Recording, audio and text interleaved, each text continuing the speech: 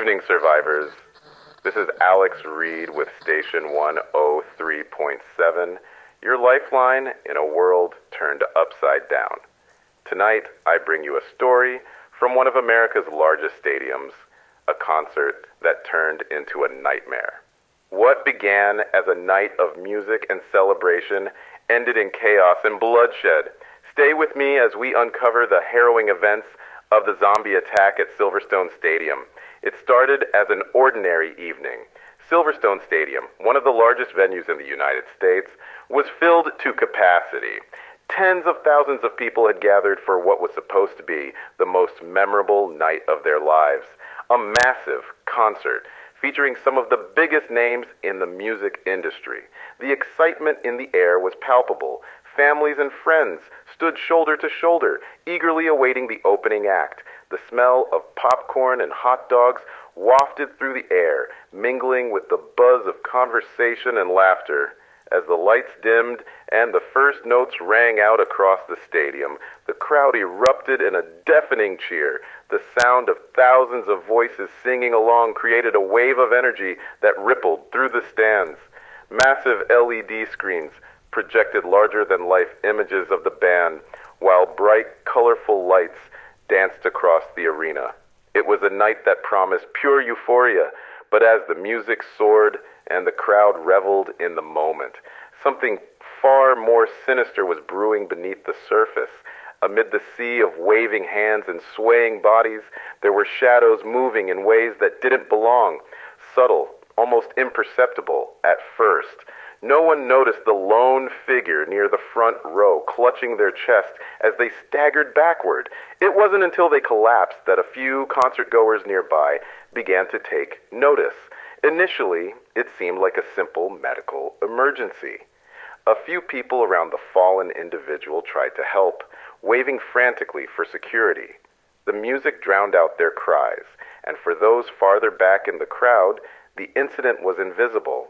But then, something strange happened.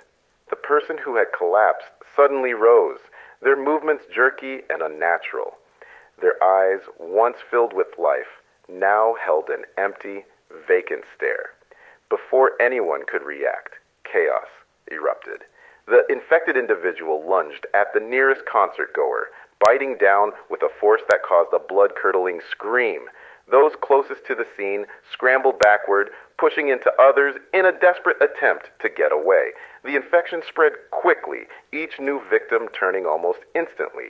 The joyous atmosphere of the concert began to shift, replaced by confusion and fear. As the infection spread, panic began to take hold. People screamed, pushed, and shoved, trying to escape the growing threat. The exits, once wide and accommodating, became choke points as terrified attendees rushed toward them in droves. Security personnel, unprepared for such an event, struggled to maintain order. For many, there was no clear way out. The band, oblivious to the chaos unfolding in the crowd, continued to play. Bright lights and loud music masked the horror, delaying their realization of what was happening. It wasn't until a member of the security team rushed onto the stage, frantically waving for them to stop, that the music finally came to an abrupt halt. Silence fell over the stadium, broken only by the distant screams of those still trapped in the chaos.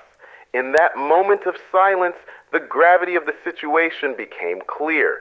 The stage lights illuminated the crowd, revealing the horrifying scene below. Dozens of infected concertgoers moved with a single-minded purpose, attacking anyone they could reach. Blood stained the ground, and the air was filled with the sounds of panic and terror.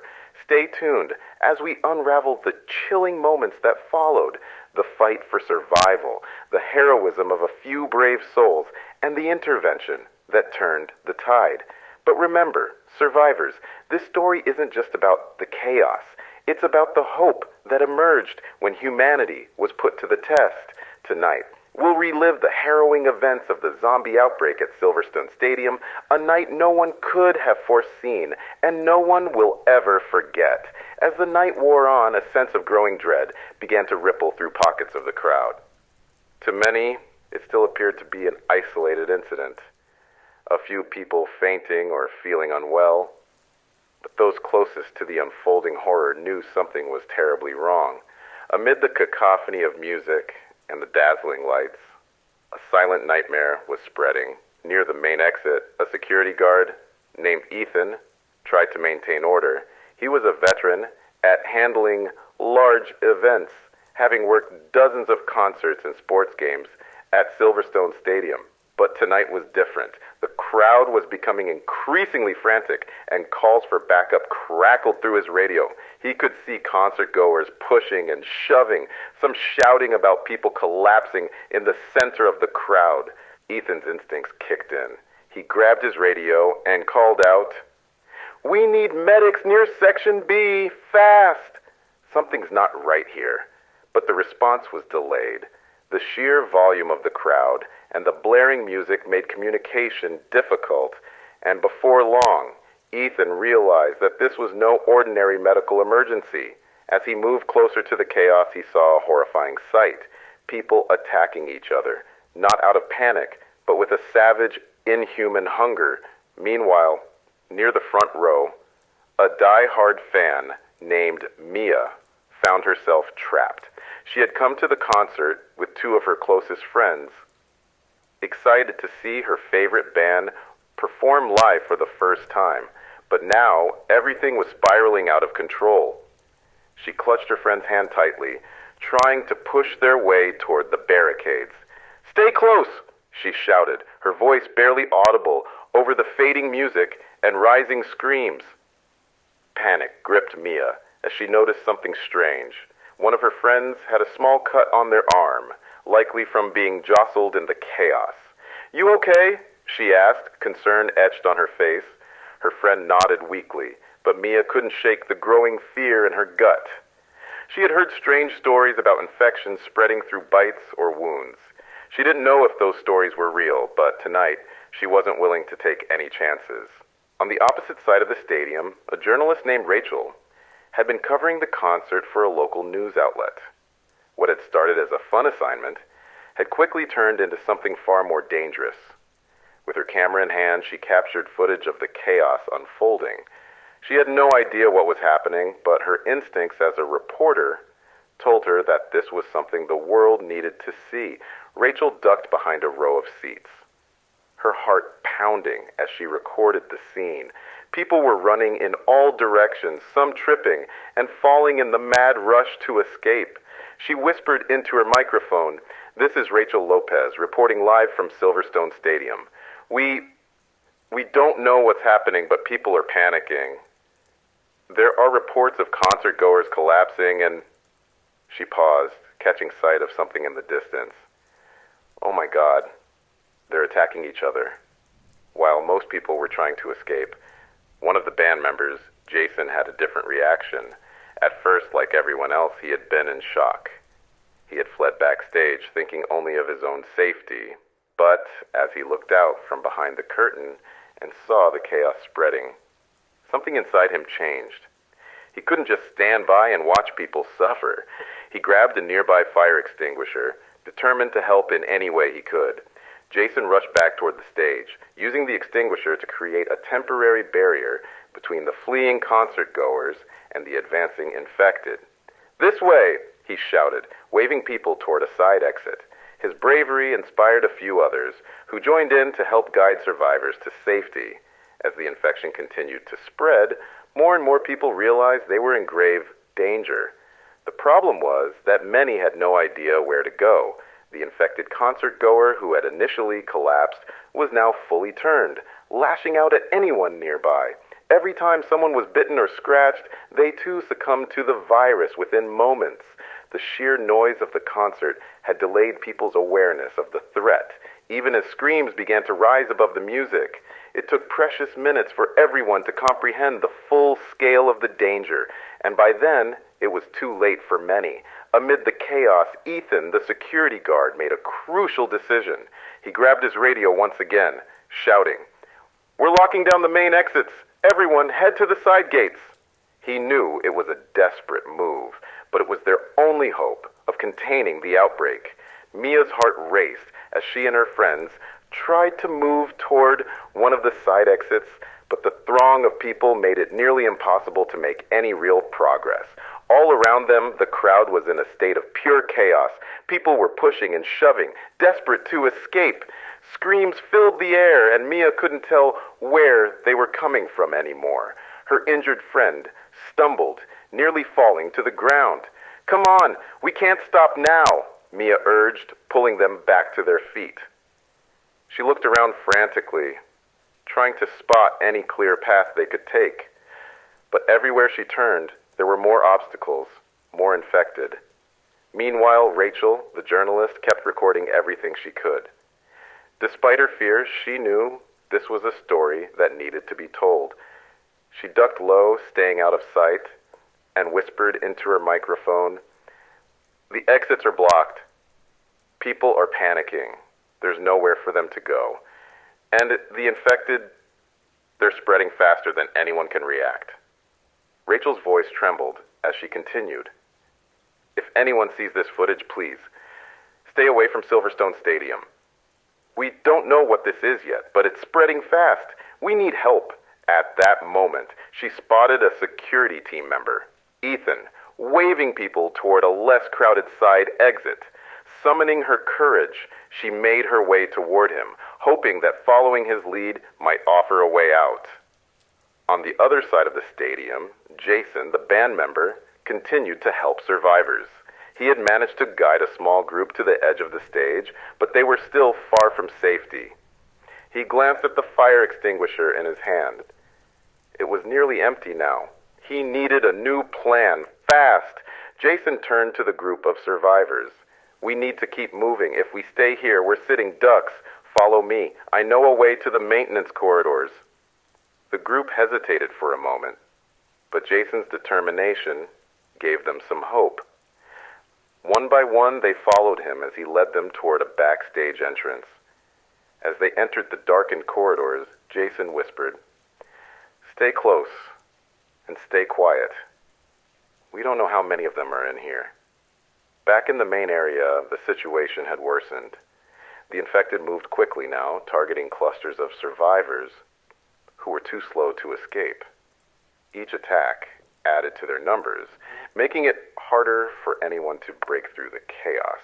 Ethan, still coordinating the evacuation efforts, finally received a response on his radio. A voice crackled through the static. "Backup is on its way. ETA, 10 minutes. 10 minutes.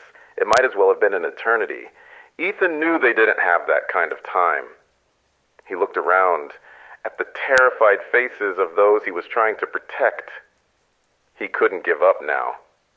Grabbing his radio, he replied, "Understood. We're holding at the south gate. Send help as soon as you can." He turned to the crowd. "Listen up. We need to move together. Stay calm, stay close, and follow my lead. We'll get through this." Despite the fear in their eyes, people began to follow Ethan's instructions.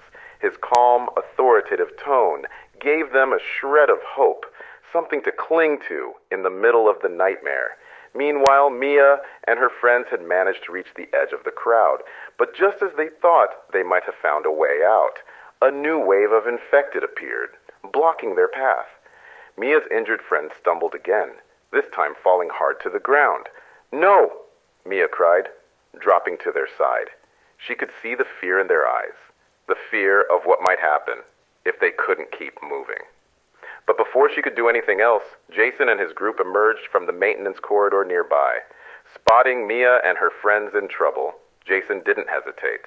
He rushed forward, using what little was left of his fire extinguisher to create a barrier between them and the infected. "Come on," he shouted. "This way." Mia didn't need to be told twice. She helped her friend to their feet, and together they joined Jason's group. The maintenance corridor might not have been the safest place, but it was better than being out in the open. As they moved through the dimly lit hallway, Jason turned to Mia. "You okay?" She nodded, breathless. "Thanks. We didn't know where to go." "Stick with us," Jason said. "We've got a plan." Behind them, the sounds of chaos continued to echo through the stadium. Screams, crashes, and the relentless growls of the infected created a terrifying backdrop to their escape. But for now, at least, they had found a momentary reprieve. The chaos at Silverstone Stadium showed no signs of slowing. With every passing minute, the situation grew more dire, and the handful of people trying to maintain order found themselves overwhelmed. Ethan, the security guard, gripped his radio tightly as he scanned the area around him. He could see scattered groups of terrified attendees huddling together, unsure of where to go. Some were too scared to move, while others desperately tried to find an exit. His voice was calm, but strained as he spoke into the radio. "We've got civilians trapped near the south gate. I repeat, civilians trapped. Is anyone available for backup?" Static crackled in response.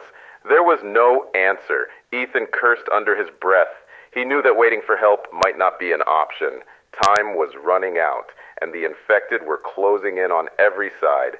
He had to act fast.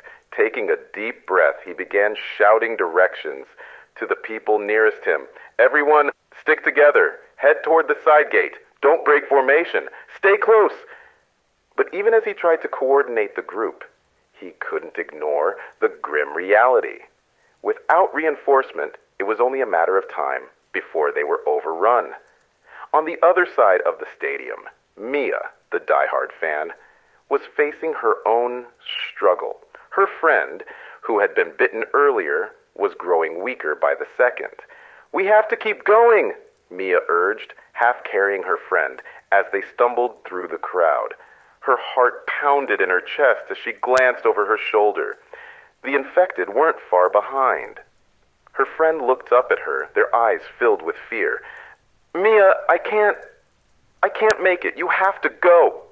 "No," Mia snapped, her voice trembling with both fear and determination. "I'm not leaving you behind. We're getting out of here, together." Despite the overwhelming fear gnawing at her, Mia refused to give up. She tightened her grip on her friend and kept moving, weaving through the panicked crowd. Every step felt like a battle, but she was determined to reach safety.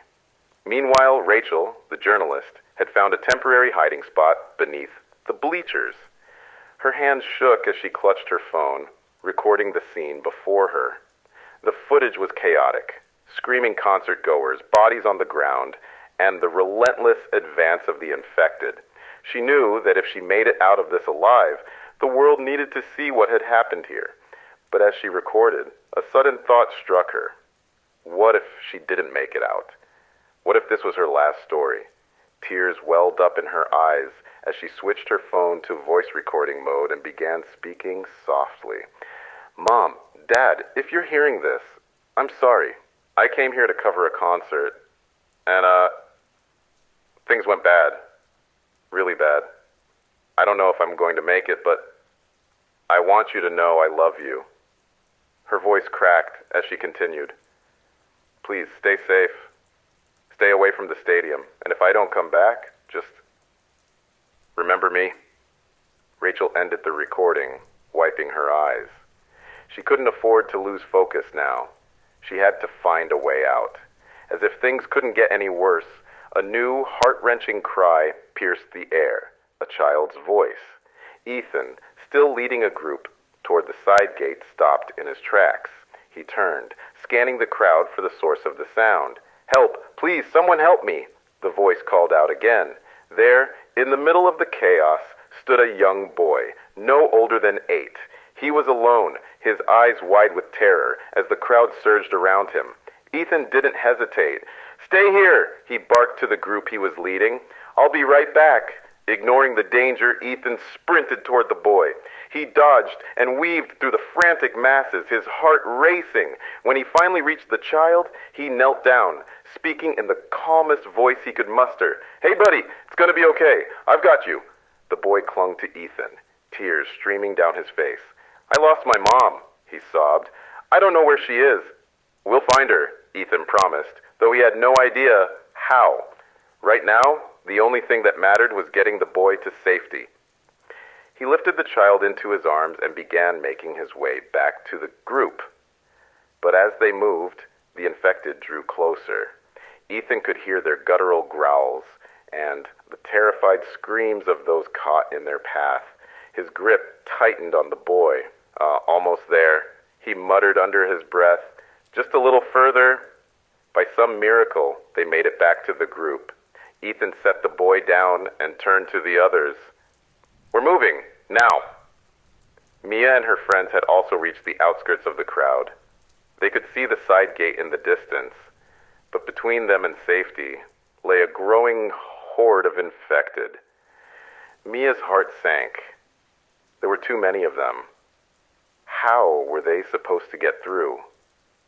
"We can't stop now," she whispered, more to herself than anyone else. "We have to try." Jason, the band member, emerged from the maintenance corridor just in time to see Mia and her friends struggling to find a way forward. Without hesitation, he rushed to their side. "Follow me," he said, his voice steady despite the chaos around them. "There's a service tunnel that leads outside. It's risky, but it's our best shot." Mia didn't hesitate. "Let's go." As they made their way toward the tunnel, Rachel spotted them from her hiding spot. She recognized Jason from the band and knew that if anyone had a plan, it would be him. Gathering her courage, she ran to join them. "Wait, I'm coming with you." Jason nodded. "Stay close. No one gets left behind." Together, the group entered the service tunnel, hoping that it would lead them to safety. Behind them, the sounds of chaos grew fainter, but the fear in their hearts remained. They weren't out of danger yet, not by a long shot. Outside the stadium, a very different kind of chaos was unfolding. Families of concert attendees had gathered, desperate for news. Police had cordoned off the main entrances, and security personnel were frantically trying to maintain some semblance of order. Mothers clutched their phones, redialing their children's numbers over and over, hoping for an answer. Fathers paced anxiously, demanding information from anyone who might have it. "I just spoke to her 10 minutes ago," one woman sobbed, her voice trembling. "She said she was fine, but now she's not answering." Nearby, news vans had begun arriving, reporters scrambling to cover the unfolding story. One journalist, standing in front of a camera, spoke urgently into her microphone. "Reports of a violent outbreak at Silverstone Stadium have been coming in for the past half hour. Witnesses describe scenes of panic and chaos inside, though the exact cause remains unclear. Authorities have not yet issued a formal statement, but we can confirm that emergency services are on site." As word spread, panic began to ripple through the outside world. Social media platforms lit up with posts from those inside the stadium, sharing harrowing videos and desperate pleas for help. Silverstone outbreak quickly began trending nationwide, fueling speculation and fear. Some claimed it was a riot gone out of control, while others spoke of a strange illness spreading among the crowd. Back inside, Ethan and his group had reached the south gate. They could see flashing lights in the distance. Police cars and ambulances lined up outside the barricades.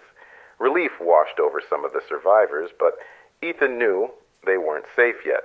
The infected were still close, and the crowd near the gate was becoming increasingly agitated. "Stay low, keep moving, and use the noise to your advantage," Ethan instructed the group. His voice was steady, but inside, he was battling his own fear. He knew that in situations like this, panic was the real enemy. "Don't draw attention to yourselves. We'll get through this." Mia, still supporting her injured friend, followed Ethan's lead. She kept her eyes focused on the exit, determined not to lose hope. Around her, others whispered prayers, clinging to whatever faith they had left. Meanwhile, Jason and Rachel, along with the smaller group they had gathered, emerged from the service tunnel. They found themselves in a dimly lit alleyway behind the stadium. The sound of sirens filled the air, but so did the distant growls of the infected. They didn't have much time. "We need to signal for help," Rachel said, glancing around. "Maybe if we get to higher ground, someone will see us." Jason nodded. "There's a fire escape over there. Let's move." As they climbed the fire escape, Rachel pulled out her phone and started recording again. Her voice was calm but urgent. This is Rachel Lopez reporting from outside Silverstone Stadium. We've managed to escape the main area, but the situation inside is critical. People are still trapped, and the infection is spreading fast. If anyone sees this, please send help. By now, news channels across the country had picked up on the story. Anchors spoke with grim expressions as they relayed unverified reports of violence and illness at the concert. In Washington, D.C., officials held an emergency meeting to discuss the situation. The president was briefed on the unfolding crisis, and plans were quickly put in motion to deploy military support to the stadium. Back at the South Gate, Ethan's group was nearing the barricades when they encountered a new obstacle, a growing crowd of frightened concert-goers desperate to escape. The police, unsure of how to handle the situation, had blocked the main exits to prevent the infected from getting out, but this left those still inside trapped. "Let us through!" someone shouted. "We're not infected!" Ethan knew they couldn't afford to wait. He scanned the area and spotted a gap in the barricades where a few officers were trying to control the crowd. Turning to the group, he said, "Follow me, stay close, and don't stop until we're clear." With Ethan leading the way, the group pushed through the mass of people. It was slow going, but eventually they reached the barricades. An officer stepped forward, raising a hand to stop them. "Where are you coming from?" he demanded. "Inside," Ethan said, his voice firm. "These people need medical attention. Let us through." The officer hesitated for a moment before nodding. "This way." As they passed through the barricades, relief washed over the group. For the first time in what felt like hours, they were safe. Medics rushed forward to assist the injured, and Ethan finally allowed himself to take a deep breath. Meanwhile, Jason and Rachel reached the rooftop of a nearby building. From their vantage point, they could see the full extent of the chaos below. The stadium, once a beacon of celebration, now looked like a war zone. Smoke rose from several areas, and the streets were filled with flashing lights and frantic activity. "We need to get their attention," Jason said. He grabbed a nearby metal rod and began banging it against a railing, creating a loud, rhythmic sound. Below, a few officers looked up, spotting the group. "They see us," Rachel said, waving her arms. "They're coming." Within minutes, a rescue team arrived, guiding Jason, Rachel, and the others down to safety. As they reached the ground, Rachel turned to Jason, a look of gratitude in her eyes. "We made it." "Yeah," Jason replied, breathing heavily. But not everyone did. As the survivors gathered outside the stadium, the reality of what had happened began to sink in. Some hugged their loved ones, grateful to be alive. Others wept for those who hadn't made it. And in the distance, the faint growls of the infected could still be heard, a haunting reminder of the night's events. As the night dragged on, tension continued to mount inside Silverstone Stadium. Every survivor knew that time was running out, and staying in one place was no longer an option. Groups began forming spontaneously, each with its own plan to escape the growing nightmare. One such group decided to head toward the stage. Their logic was simple. The stage was elevated, offering a better view of the surroundings, and it seemed far enough from the areas where most of the infected were gathered. Among this group was a man named Peter, who had come to the concert with his teenage daughter, Lily. Peter was determined to protect his daughter at all odds. "We have to get to higher ground," Peter said, his voice steady but urgent. "From there, we can figure out our next move." Lily hesitated. "Are you sure it's safe up there?" "No, but it's better than being down here," Peter replied. "Stay close to me." The group made their way through the chaotic crowd, dodging panicked concert-goers and staying as far as possible from the infected. It wasn't easy. Every few steps, they encountered new obstacles, from overturned barricades to abandoned belongings littering the ground. Despite the chaos, they pressed on, driven by the hope that the stage might offer a temporary reprieve from the unfolding horror. Meanwhile, another group had taken a different approach. They decided to escape through the maintenance corridors that ran beneath the stadium. These corridors, typically used by staff and performers, were less crowded, offering a quieter and potentially safer route out. Leading this group was Marcus, a stadium employee who knew the layout of the corridors like the back of his hand. "Follow me," he instructed the group. "These tunnels lead to an emergency exit on the other side of the stadium." At first, the plan seemed to be working. The group moved quickly through the dimly lit corridors, their footsteps echoing in the narrow space. But as they rounded a corner, they came face to face with a horrifying sight, several infected blocking their path. "Back! Go back!" Marcus shouted, his voice filled with panic. The group turned and fled, but the infected were fast. In the cramped space of the corridors, there was little room to maneuver. One of the survivors tripped, falling hard to the ground. Before anyone could help, the infected were upon him. His screams echoed through the corridor as the rest of the group continued their desperate retreat. Above ground, things were no better. The infected had begun to adapt, moving toward areas with the largest concentration of survivors. This made it increasingly difficult for those still trapped inside to find a safe route out. Adding to the chaos, a fire had broken out near the food stalls. It wasn't clear how the fire had started. Perhaps a stove had been knocked over in the panic, or perhaps it was the result of some electrical malfunction. Whatever the cause, the fire quickly began to spread, filling the air with thick smoke and making it even harder for survivors to navigate the stadium. Peter's group was nearing the stage when they noticed the fire. "We have to hurry," Peter urged, glancing back at the growing flames. "This whole place could go up if we don't move fast." But getting to the stage wasn't as easy as they had hoped. The infected had started to gather near the base of the platform, drawn by the noise and movement of the survivors trying to climb up. Peter looked around, searching for another way up. His eyes fell on a set of scaffolding leading to the side of the stage. "Over there," he said, pointing to the scaffolding. "We can use that to climb up." The group moved quickly, but just as they reached the base of the scaffolding, one of the infected lunged at them. Peter reacted instinctively, shoving the creature back with all his strength.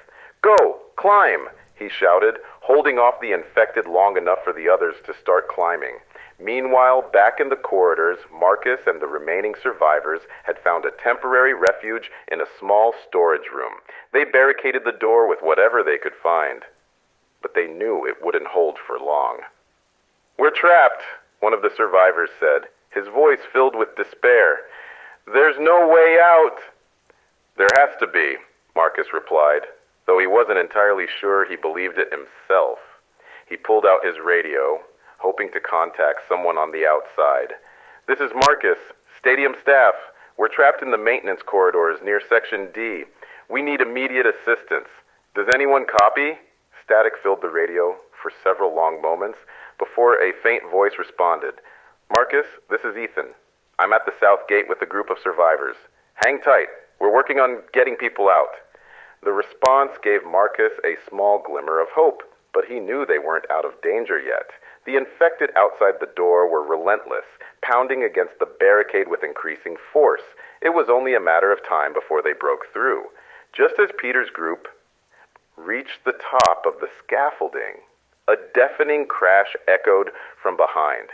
The infected had broken through another barricade, flooding into the area near the stage. Panic surged through the group as they realized they were now trapped between the advancing infected and the growing fire. "What do we do now?" Lily asked, her voice trembling. Peter didn't have an answer. All he could do was hold her close and hope that somehow they would find a way out. As the flames continued to spread, the heat became unbearable. Smoke billowed across the stadium, making it difficult to see more than a few feet ahead. The fire was no longer just a threat. It was an immediate danger. Panic intensified as survivors struggled to decide which way to go. Staying near the fire was impossible, but the infected were closing in from all sides, leaving very few options. On the stage, Peter's group clung to whatever hope they could find. The elevated platform had provided temporary safety, but with the fire advancing and the infected growing in number, they knew they couldn't stay there for long. One of the survivors pointed toward a set of overhead lights connected to a maintenance catwalk that ran across the length of the stadium. If we can reach that catwalk, we might be able to get to the upper level, the man suggested. There's bound to be another exit up there. Peter nodded. It wasn't a perfect plan, but it was the only one they had. All right, let's move. Stay close and keep your eyes on me. The group carefully made their way across the stage, climbing onto the catwalk one by one. Below them, the infected gathered in larger numbers, their guttural growls echoing through the smoke-filled air. The fire crackled loudly, adding to the terrifying symphony of sounds. Meanwhile, in the maintenance corridors, Marcus and his group were running out of time. The barricade they had hastily constructed was beginning to give way. The pounding of the infected grew louder with each passing second. "We need another way out," one of the survivors exclaimed, panic evident in his voice. Marcus scanned the small room, searching for anything that might help. His eyes landed on a vent near the ceiling. It wasn't large, but it might be just big enough for someone to crawl through. "There," Marcus pointed to the vent. "If we can get that open, we can crawl through to the other side." Without waiting for a response, he grabbed a nearby wrench and began loosening the screws on the vent cover. The others quickly joined in, helping him pry it open. Just as they removed the cover, the barricade behind them finally gave way, and the infected began pouring into the room. "Go! Go now!" Marcus shouted, ushering the others into the vent. One by one, they scrambled through, the sounds of the infected growing ever closer. Marcus was the last to climb in, pulling the cover back into place just as the nearest infected lunged toward him. The narrow vent was stifling, but it provided a temporary escape. The group crawled forward in silence, their breaths coming in short, strained gasps. After what felt like an eternity, they emerged into another corridor, this one mercifully free of infected. "We made it," one of the survivors whispered, relief evident in his voice. "Not yet," Marcus replied grimly. "We still have to find the exit." Back on the catwalk, Peter's group had reached the upper level of the stadium. From their vantage point, they could see the full extent of the chaos below. The fire had spread to several sections of the stadium, and the infected were everywhere. It was a scene straight out of a nightmare. "We're running out of time," Peter said, his voice tense. "If we don't find a way out soon, we're going to be trapped." Just as he spoke, a loud crash echoed through the stadium. One of the large support beams near the food stalls had collapsed, sending debris flying in all directions.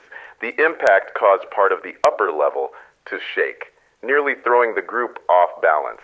"We can't stay here," Lily shouted, gripping the railing tightly. "It's not safe." Peter looked around desperately, trying to find a way out.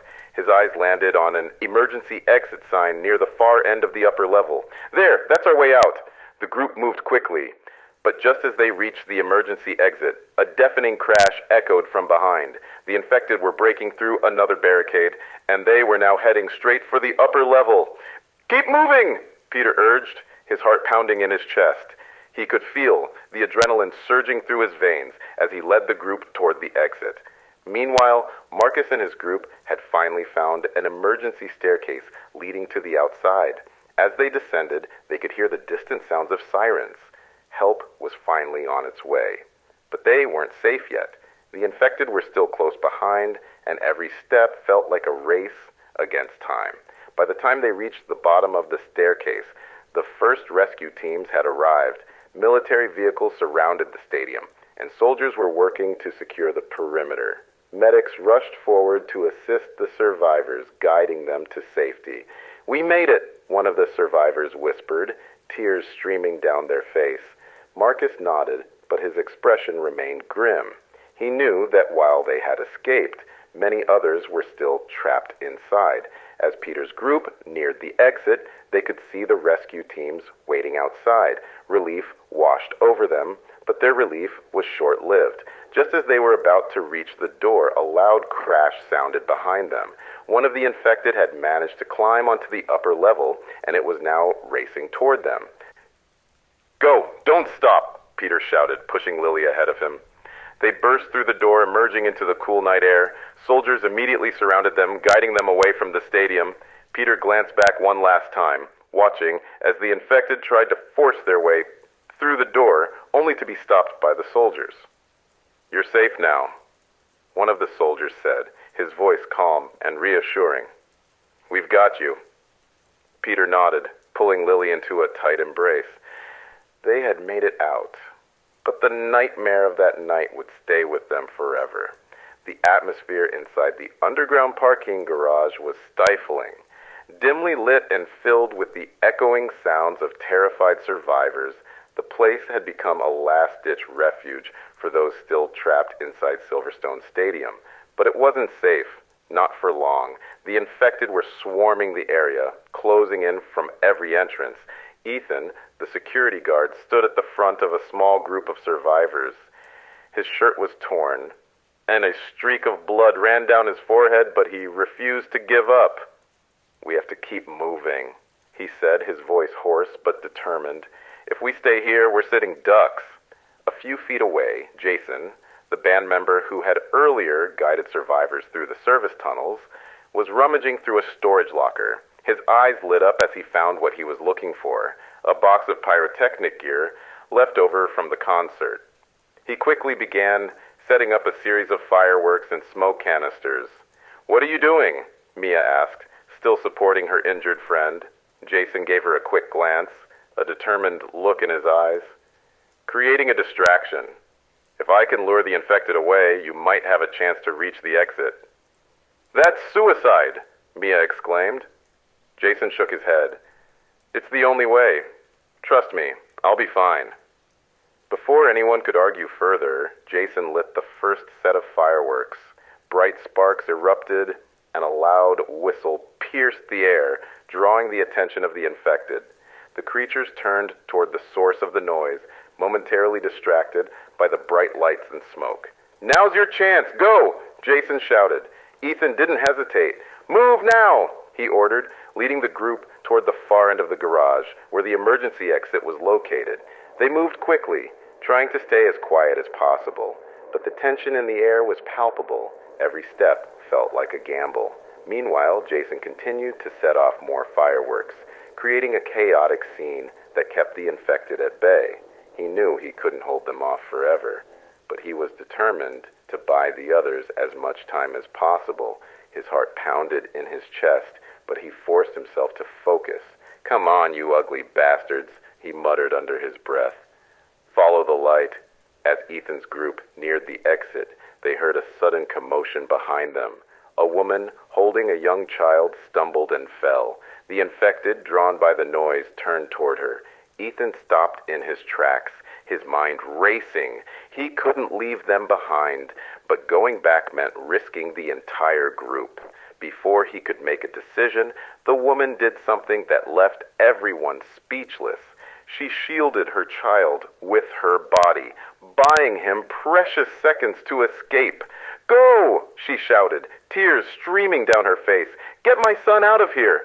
One of the other survivors, a man who had been walking near the front of the group, scooped up the child and ran toward the exit. Ethan clenched his fists, forcing himself to keep moving. He knew that if he stopped, more lives would be lost. As they reached the exit, Mia turned back, tears in her eyes.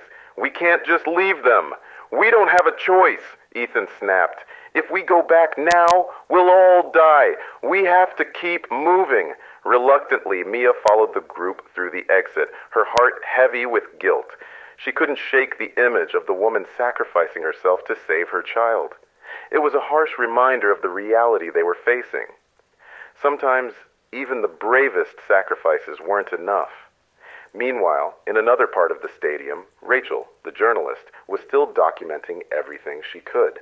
Her camera was nearly out of battery, but she didn't care. She knew this might be her last chance to tell the world what had happened. As the infected closed in around her, Rachel found a small, hidden alcove and pulled out her phone. She quickly uploaded her footage to the cloud, ensuring that even if she didn't make it out, the truth would. "This is Rachel Lopez," she whispered into the camera, her voice trembling. "If anyone finds this, please tell my family I love them, and tell the world what happened here." Tears streamed down her face as she ended the recording. She knew she might not survive, but at least she had done what she could. Taking a deep breath, she braced herself for what was to come. Just as the infected were about to reach her, a loud rumble echoed through the stadium. The ground shook, and bright lights flooded the area. Military vehicles stormed into the stadium, their mounted floodlights cutting through the smoke and darkness. "Stay down! Help is here!" a voice boomed through a loudspeaker. Soldiers in tactical gear poured out of the vehicles, moving in coordinated teams to secure the area. They used riot shields and stun grenades to create a barrier between the infected and the survivors. The tide was finally turning. The sudden arrival of the U.S. Army was a glimmer of hope in the middle of what had seemed like an endless nightmare. Soldiers moved with precision, securing key points around the stadium and creating safe corridors for survivors to escape. The infected, disoriented by the bright lights and loud grenades, began to scatter, giving the survivors a brief window to flee. Ethan's group emerged from the underground parking garage, gasping for fresh air. The sight of armored vehicles and armed soldiers filled them with a sense of relief they hadn't felt in hours. Medics rushed toward them, tending to the injured and offering water to those who could barely stand. "We've got civilians here," a soldier called out over his radio, requesting immediate evac for medical attention. Ethan finally allowed himself to relax, though only slightly. He knew there were still people trapped inside. He turned to the soldier nearest to him. "There are more survivors back in the garage and maintenance corridors. We need to get them out." The soldier nodded. "We're working on it. Stay with the medics. We'll handle the rest." But Ethan wasn't one to stand idly by. "I'm going back in," he said firmly. Before the soldier could stop him, Ethan had already turned and started back toward the stadium. He wasn't going to leave anyone behind, not if he could help it. Meanwhile, Jason had managed to find a safe corner in the garage, but he was exhausted. The pyrotechnics had done their job, but now he was left with nothing but an empty extinguisher and sheer determination. He knew that if the military hadn't arrived when they did, he wouldn't have lasted much longer. As he sat catching his breath, he heard a familiar voice calling his name. "Jason, are you in here?" It was Ethan. Jason struggled to his feet, waving weakly. "Over here!" Ethan rushed to him, relief flooding his face. "You're alive! Let's get out of here!" Together, they made their way toward the exit. Soldiers were now clearing the remaining infected, and it seemed like the worst of the nightmare was finally over. Elsewhere, Rachel was being helped into a military transport vehicle. Despite her exhaustion, she couldn't stop herself from asking questions. "What's the government going to do about this? Is it contained?" One of the soldiers looked at her with a grim expression. "We don't know yet, but the president is about to make a statement." Rachel clung to her camera. She knew that whatever happened next, the world needed to be informed. Even though she had barely escaped with her life, her duty as a journalist wasn't over. Back in Washington, D.C., the president stood at a podium, addressing the nation. The situation at Silverstone Stadium had become a matter of national concern, and the eyes of the world were now on the United States. "My fellow Americans," the president began, "tonight we faced an unprecedented crisis. An outbreak of unknown origin occurred during a concert at Silverstone Stadium, resulting in widespread chaos and loss of life. Our hearts go out to the victims and their families." The president paused, letting the weight of the situation sink in. "We are mobilizing all necessary resources to contain this outbreak and ensure the safety of our citizens. Effective immediately, a federal task force will be deployed to investigate the cause of this incident and prevent it from happening again. We stand united in the face of this tragedy, and we will not rest until every survivor is safe." The broadcast was seen by millions, including the families gathered outside the stadium, anxiously awaiting news of their loved ones. Many wept as they watched, hoping that their sons, daughters, friends, and spouses would be among the survivors. Nearby, local residents had set up a makeshift triage center, offering blankets, food, and water to those who managed to escape. Volunteers worked tirelessly, tending to the injured and comforting those who had lost everything. "It's going to be okay," one volunteer said, wrapping a blanket around a shivering young boy. "You're safe now." Mia, sitting nearby with her injured friend, watched as more survivors trickled in. Despite the horrors of the night, she felt a spark of hope. They had made it. Somehow, they had survived. Jason, Ethan, and Rachel joined the group shortly after, all of them battered but alive. For the first time in hours, they allowed themselves to relax, knowing that the worst was finally behind them. As dawn broke over Silverstone Stadium, the fires had been extinguished, and the infected were no longer a threat. Soldiers continued to patrol the area, ensuring that no remnants of the outbreak remained. The stadium, once a symbol of joy and celebration, now stood as a stark reminder of the night's events. Rachel, sitting quietly with her camera in hand, began to record once more. "It's over. We survived. But this isn't the end of the story. The world needs to know what happened here. Not just the chaos, but the courage, the sacrifices, and the hope that kept us going." She paused, glancing around at the weary faces of the survivors. "In the darkest of nights, we found a way to keep the light alive." And that's something worth remembering. The dawn broke slowly over Silverstone Stadium, casting a pale orange glow across the sky. The air was still heavy with the scent of smoke and ash, and the once thriving concert venue now stood in haunting silence. Survivors began to emerge from the stadium, each step tentative, as if they couldn't believe they had truly made it out alive. Some clung tightly to loved ones they had managed to find amid the chaos, unwilling to let go after the horrors they had witnessed. Others walked alone, eyes vacant, haunted by the memory of those they had lost. Every face told a story of moments when they thought they wouldn't make it, of sacrifices made by strangers, and of the courage they had found within themselves when all seemed lost. Mia, the fan who had risked everything to keep her friend alive, sat quietly on the back of an ambulance. Her friend, now wrapped in a thick blanket, was being tended to by medics.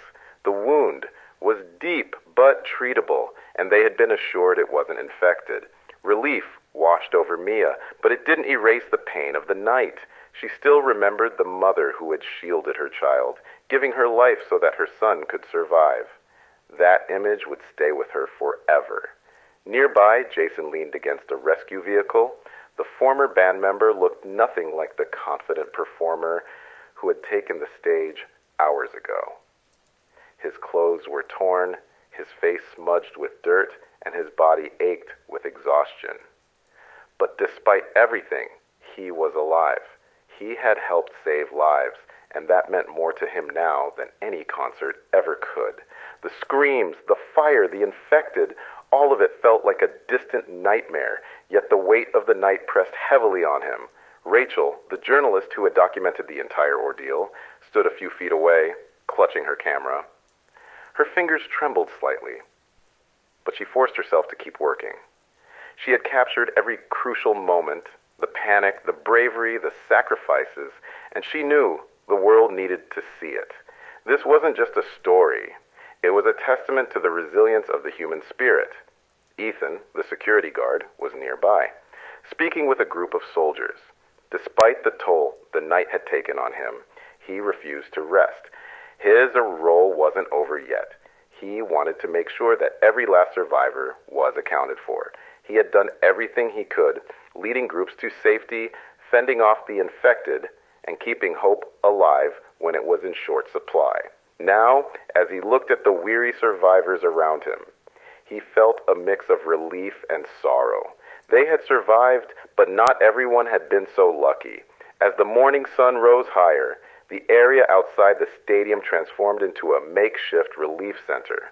Volunteers from nearby communities arrived, bringing supplies, water, food, blankets, and medical aid. Medics moved swiftly between survivors, tending to wounds and offering comfort. Tables were set up where tired survivors could sit, eat, and rest after their harrowing experience. Families who had gathered outside the stadium all night rushed forward, embracing those who had made it out. Tears flowed freely, tears of relief for those reunited, and tears of grief for those who would never return. The air was filled with a mix of emotions, but amid the sorrow, there was also a sense of gratitude. They had endured a nightmare, but they had come out the other side. This is Alex Reed reporting live from Silverstone Stadium, where last night's concert turned into a nightmare none of us could have foreseen. But even in the face of unimaginable horror, something remarkable happened. Strangers became heroes, friends refused to abandon one another, and the human spirit proved once again that it cannot be broken. He paused, letting the weight of his words sink in. Behind him, the stadium stood in solemn silence, its once vibrant exterior marred by the scars of the night's events. We've heard stories of bravery, a parent shielding their child from danger, a security guard leading terrified crowds to safety, a journalist documenting every moment, ensuring that the truth would be known, and a band member who turned from entertainer to protector. These are the stories we must remember. They remind us that even in the darkest moments, there is light. To those watching, ask yourselves, what would you do if you were trapped in a situation like this? How would you react? Share your thoughts in the comments below. Your survival plans, your strategies. We want to hear from you. Viewers from across the country and beyond tuned in, many leaving heartfelt comments. Messages of support poured in, offering comfort to the survivors and honoring those who had lost their lives. Some shared their own hypothetical survival strategies, turning the comment section into a space for reflection and connection. Meanwhile, in Washington, D.C., government officials convened to discuss the next steps. The president had been briefed throughout the night, and by mid-morning, he was ready to address the nation. Standing at a podium with the world watching, he began his statement. My fellow Americans, last night, we faced a crisis unlike any we have seen before. An outbreak of unknown origin occurred during a concert at Silverstone Stadium, resulting in chaos, injury, and loss of life. Our hearts go out to the victims and their families, but amid the tragedy, we have also seen extraordinary acts of courage. We stand united in honoring those who helped others survive. The president continued, outlining immediate actions being taken. Effective immediately, a federal task force will be deployed to investigate the cause of this outbreak. We are mobilizing all necessary resources to ensure the safety of our citizens and prevent such an event from ever happening again. We will not rest until every survivor receives the support they need. Back at Silverstone Stadium, volunteers worked tirelessly to provide aid. A group of local residents had set up a memorial near the stadium entrance, placing flowers, candles, and handwritten notes in honor of those who had lost their lives. The flickering flames of the candles stood as a testament to the lives lost and the bravery displayed. Rachel approached the memorial, raising her camera one final time. This is Rachel Lopez, reporting from Silverstone Stadium. We survived, but this isn't just a story of chaos and fear. It's a story of bravery, of unity, and of hope. In the face of overwhelming odds, we found a way to keep going. And that's something worth remembering. As the survivors prepared to leave the site, Alex Reed made one final call to action in his broadcast. If you want to hear more about the survivors' journey beyond Silverstone Stadium, stay with us. Like, subscribe, and join us tomorrow as we uncover the next chapter of humanity's fight for survival. Because this isn't the end. It's just the beginning. The sun climbed higher in the sky, casting a warm light over the scene. Though the scars of the night would remain, so too would the stories of courage, sacrifice, and hope And as the world watched, it became clear that while the outbreak had shaken everyone to their core, it had not broken them.